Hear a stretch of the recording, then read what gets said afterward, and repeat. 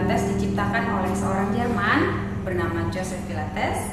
Iya, dia seorang pria pada saat Perang Dunia Pertama. Pilates sendiri olahraga dengan dampak yang sangat minim, menguatkan seluruh otot tubuh kita yang berpusat dari core. Jadi core itu otot yang di depan sampai ke belakang. Dan plus poin berikutnya adalah Pilates olahraga yang memperbaiki postur. Jadi Pilates itu olahraga dengan dampak yang minim, berpusat dari core, dan otomatis posturnya menjadi lebih baik. Pilates itu ada dua. Yang pertama menggunakan matras yang bisa dilakukan kita di rumah menggunakan YouTube. Yang kedua menggunakan alat. Salah satu alat yang paling umum itu reformer. Hampir semua studio ada reformer. Bisa disesuaikan dengan kondisi muridnya. Mungkin dia ada cedera di mana gitu, disesuaikan karena pada dasarnya orangnya akan tiduran. Dan dia menggunakan spring. Ini dengan 3 jenis kekuatan, bisa disesuaikan dengan challenge masing-masing, dengan tantangan setiap gerakan yang berbeda-beda. Oke, kalau saya mau Pilates, enaknya mulai yang mana ya? Ikut kelas grup, yang matras, atau kelas private menggunakan alat. Pada dasarnya gerakan-gerakan di matras itu bisa dilakukan di alat. Tapi gerakan alat itu mempunyai tantangan tersendiri karena dia menggunakan spring yang berbeda. Misalnya dengan bantuan di sini untuk naik turun atau dengan jenis alat yang berbeda. Untuk tubuh kita masing-masing kita harus tahu nih. Misalnya saya baru melahirkan, kira-kira olahraganya enakan yang matras atau yang pakai alat? Sebaiknya dimulai dengan yang matras. Karena kita harus mengenal tubuh kita dulu, seberapa kuat tubuh kita, baru kita melatih untuk yang lebih berat. Ya. Terus yang kedua, gerakan dengan alat itu tidak selalu artinya lebih berat atau lebih baik. Gerakan matras justru sebenarnya mengajarkan kita supaya kita selalu mengetahui kemampuan badan kita sendiri. Gitu. Jadi misalnya kita mau ngangkat kaki. Ngangkat kaki kita tuh dengan kekuatan perut kita tuh sampai mana. Kalau misalnya pakai alat, biasanya kita bantu dengan ada alat bantu, misalnya si spring ini ya. Nah sebenarnya spring ini memberikan bantuan sedikit supaya kakinya naik dan lebih lurus. Jadi masing-masing latihan baik di matras maupun dengan alat mempunyai nilai plus masing-masing. Jadi apa aja sih yang penting sebelum kita memulai kelas Pilates? Yang pertama adalah kita harus menguasai teknik bernafas. Teknik bernafas Pilates memang agak berbeda karena ambil nafasnya dari hidung, buang nafasnya dari mulut.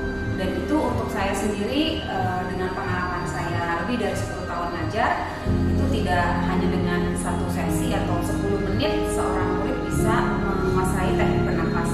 Itu bisa ada yang sampai 5 kali sesi untuk mengenal tubuhnya bernafas seperti apa, menutup tulang rusuk seperti apa, mengunci perut itu bagaimana. Jadi nggak ada yang instan. Dengan menguasai teknik bernafas itu yang pertama, itu bisa bergerak untuk lebih baik gitu ya. Jadi gerakan yang sepertinya mudah itu maksimal hasilnya dengan teknik bernafas yang benar. Yang kedua, dengan mengenal kemampuan tubuh kita masing-masing, kita harusnya tahu, oh kapan nih saya harus stop. Misalnya punggungnya tegang gitu ya. Saya mau latihan untuk manjangin otot punggung gitu ya. Nah, nggak bisa dipaksa harus langsung dadanya diangkat. Mungkin di sebelah-sebelah kita kalau kita ikut latihan grup udah bisa sampai naik sampai begini. Tapi kita harus mengenal kalau kita di sini udah sakit, kita stop dulu. Terus kita mulai lagi dari awal. Jadi jangan pernah membandingkan misalnya kita ikut grup itu orang itu harus dengan kecepatan yang sama. Enggak, kita sendiri harus mengenal kapan harus stop. Oke, kapan harus bisa lebih maju gitu latihannya. Oke, saya udah bisa ini, mungkin saya planknya bisa lebih tinggi, lebih kuat, lebih lama misalnya. Atau kakinya bisa lurus, kakinya bisa naik, scissorsnya full. Ini itu mengikuti kekuatan ruang masing-masing. Jadi jangan pernah membandingkan satu sama lain. Oke. Yang ketiga, bagi semua pemula disarankan mengikuti kelas pemula.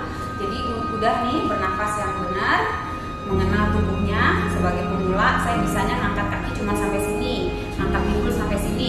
Nah, yang ketiga, selalu mengikuti kelas pemula. Jadi cari di YouTube atau ikuti kelas atau bilang ke instruktur yang di studio, saya pemula nih, baru sekali atau 2 kali ikut kelas pilates. Jadi disesuaikan ya, saya mungkin tidak bisa mengikuti dengan seperti yang lain. Nah, yang gerakan-gerakan awal, misalnya gerakan-gerakan dasar juga harus dikuasai dulu. Misalnya gerakan hundreds. Gerakan hundreds itu udah umum ya sekarang untuk yang ikut pilates. Jadi jangan dipaksa untuk langsung dadanya diangkat, kakinya lurus atau kakinya naik turun gitu. Kita mulai dari gerakan dasar, kakinya di bawah. Tapi kita mulai dengan hundreds yang maksimal. Dadanya diangkat, benar, nafasnya teratur. Yang kedua, mungkin gerakan roll up. Nggak semua orang yang kuat, yang core-nya memang udah terlatih, itu bisa dengan mudah bangun dari tiduran, itu perlu latihan juga. Gerakan yang ketiga mungkin yang perlu dilatih itu leg circle. Jadi leg circle terdengar gampang, tinggal kakinya diputar-putar aja. Tapi semua dikontrol oleh otot yang ada di sini. Jadi yang satu bergerak, yang satu diam dan stabil. Mungkin gerakan berikutnya yang harus diperhatikan itu series of 5, itu biasanya gerakan perut. Itu dari single leg stretch, double leg stretch, dan berikutnya sampai ada 5 gerakan. Oke. Yang keempat, yang perlu diperhatikan untuk latihan di rumah adalah matrasnya. Nah, matrasnya sebaiknya menggunakan yang minimal 3 mm. Kenapa? Karena di pilates itu banyak gerakan rolling. Jadi kita ke belakang, terus kembali lagi ke depan. Atau misalnya kakinya yang ke belakang, terus kembali lagi. Nah, dengan matras yang cukup tebal, 3, paling baik sih 5, itu tulang belakangnya tersupport dengan baik. Jadi mereka posisinya aman, walaupun kita bolak-balik. Ya.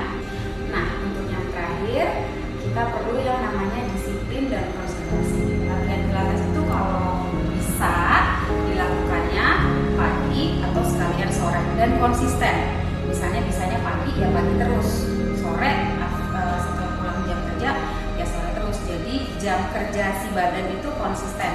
Kapan dia udah fit untuk siap berolahraga gitu ya, sebaiknya disarankan seperti itu. Terus perlunya juga waktu ya. Jadi kadang-kadang kita kalau ke studio misalnya latihannya 1 jam, tapi kita di rumah sibuk, banyak kegiatan, banyak urusan, itu gak ada tuh 1 jam. Bukan berarti kita stop, oke, besok deh nunggu 1 jam gitu. Gak juga. Jadi latihan tuh gak perlu harus konsisten 1 jam. Kalau ada bagus, kalau nggak ada bukan berarti harus menunda. Jadi misalnya pagi ini kita bisa 30 menit, ya kita lakukan aja cukup 30 menit.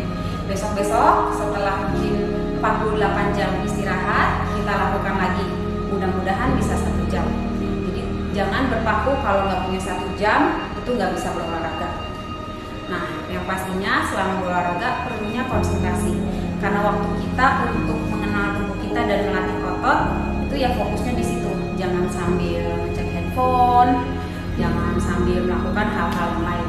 Jadi kita fokus, konsentrasi sampai latihan kita selesai.